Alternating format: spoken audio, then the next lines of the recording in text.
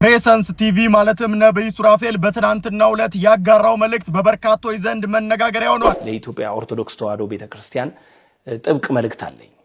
ቤተክርስቲያን የወንበዴ ዋሻ አይደለችም፣ የዘፋኝ ዋሻ አይደለችም፣ የዘፈን ዋሻ አይደለችም። ቤተክርስቲያን የእግዚአብሔር ቤት ናት። ቤተክርስቲያኗ የዘፋኝ አድናቂ አይደለችም። ቤተክርስቲያን የዘፋኝ ደጋፊ አይደለችም። ዘፋኝን በካባ የምትሸልም አይደለችም። ቤተክርስቲያን ማለት የእግዚአብሔርን ቃል የምታከብር በእግዚአብሔር ቃል የምትገዛ ናት። እግዚአብሔር የሚጠላውን የምትጠላ፣ እግዚአብሔር የሚወደውን የምትወድ ናት። እግዚአብሔር ኃጢአተኞችን ይወዳል። እግዚአብሔር ግን ኃጢአትን አይወድም። እግዚአብሔር ዘፋኞችን ይወድ ይሆናል፣ እግዚአብሔር ግን ዘፈናቸውን አይወድም። ብዙ ዘፋኞችን ያለው እኔ እምነቴ የኢትዮጵያ ኦርቶዶክስ ተዋሕዶ ነው፣ ለእምነቴ እንደዚህ ነኝ፣ እምነቴ በፍጹም ኦርቶዶክስ ቤተክርስቲያን እናንተን አታከብርምም፣ ስራችሁንም አትቀበልምም፣ ስራችሁንም ዕውቅና ዘፈን ከሰይጣን ነው። ዘፈን ከአጋንንት ነው። ስለየትኛውም ነገር ቢዘፈን ምንጩ ክፉ መንፈስ ነው። ስሩ እርኩስ ከሆነ ቅርንጫፎቹ ቅዱስ አይሆኑም። ዘፋኝነት ከእግዚአብሔር ጋር ጥል ነው። ዘፈንን የሚወድ እግዚአብሔርን ይጠላል። ወንጌል አማኞች ዘንድ እኛ ዘፈንን አጥብቀን ነው የምንቃወመው። ወደ ቤተክርስቲያን በተለያየ ጊዜ ዘፋኞች ሊመጡ ይችላሉ። ንስሐ ገብተው ከዘፋኝነት ህይወት ወጥተው እግዚአብሔርን እንዲያመልኩና እንዲያገለግሉ እንጂ በዘፈናቸው እንዲቀጥሉ የወንጌል አማኞች ይህንን ነገር ደግፋም አክብራም አስከብራም አታውቅም። ዘፈን ማለት ባጭሩ በማር የተለወሰ መርዝ ማለት ነው። ስለ ሀገር ይዘፈን፣ ስለ ወንዝ ይዘፈን፣ ስለ ተራራ ይዘፈን፣ ስለ ፀሐይ ስለ ጨረቃ ይዘፈን።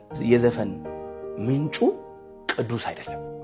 ሐሙስን ቅዱስ ብለው የሚጠሯት ያው ለርኩስ መንፈሱ አሰራር የተገበረች ቀን ስለሆነች ነው። ይሄ ዘመን ለዘፋኝ ወይም ለዘፈን ምቹ የሆነ ጊዜ አይደለም። ሰው እጆቹን አንስቶ አሁን ወደ ፈጣሪው መመለስ ነው የሚፈልገው፣ ንስሐ መግባት ነው የሚፈልገው።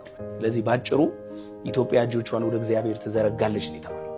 ወደ ፈጣሪ ሰው ለመመለስ ሬዲ በሆነበት ሰዓት ላይ ነው አሁን የተለያዩ የዘፈን ጋጋታዎች ዘፈናቸው እንዳይሰራ፣ ዘፈናቸው እንዳይከናወን፣ ዘፈናቸው ሞገስ እንዳይኖረው፣ ዘፈናቸው የሚያስጠላ እንዲሆን ጸልያለሁ።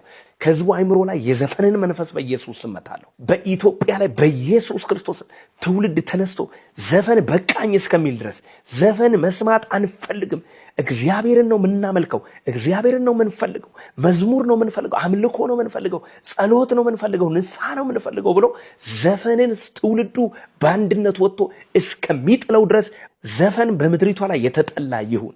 ከአጋንንት የተመረቀ ዘፈን ከጥልቅ ዓለም በኢየሱስ ስም ተመክሮና ተደግሞ ተሟርቶና ተጠንቁሎ በኢየሱስ ስም በሀገራችን በኢትዮጵያ ላይ በኢየሱስ መከፋፈል ልዩነትን በኢየሱስ ክርስቶስ የሚረጭ መንፈስ የተመታ ይሁን። ኢትዮጵያ እጆቿን ወደ እግዚአብሔር ተዘረጋለች ተብሎ ተጽፏል። ትውልዱን ለሰይጣን እጁን እንዲዘረጋ ሊያደርግ የሚፈልግ አዚምን የሚያደርግ በዘፈን በዳንኪራ በዝሙት በርኩሰት በመዳራት ትውልዱን የሚያደነዝዝ መንፈስ በኢየሱስ ስም የተመታ ይሁን። ለዘፈን ምድሪቷ እንዳትሰራ ነው ጸልያለሁ።